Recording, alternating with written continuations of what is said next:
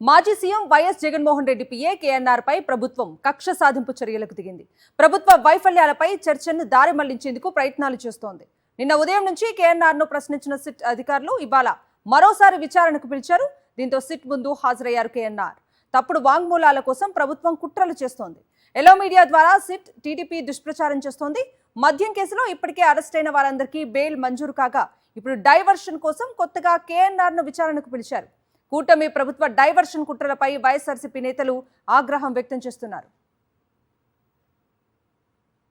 మాజీ CM YS Jaganmohan Reddy PA KNR పై ప్రభుత్వం కక్ష సాధింపు చర్యలకు దిగింది. ప్రభుత్వ వైఫల్యాలపై చర్చను దారి మళ్లించేందుకు ప్రయత్నాలు చేస్తోంది.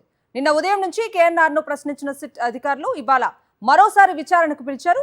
దీంతో సిట్ ముందు హాజరయ్యారు కేఎన్ఆర్. తప్పుడు వాంగ్మూలాల కోసం ప్రభుత్వం కుట్రలు చేస్తోంది.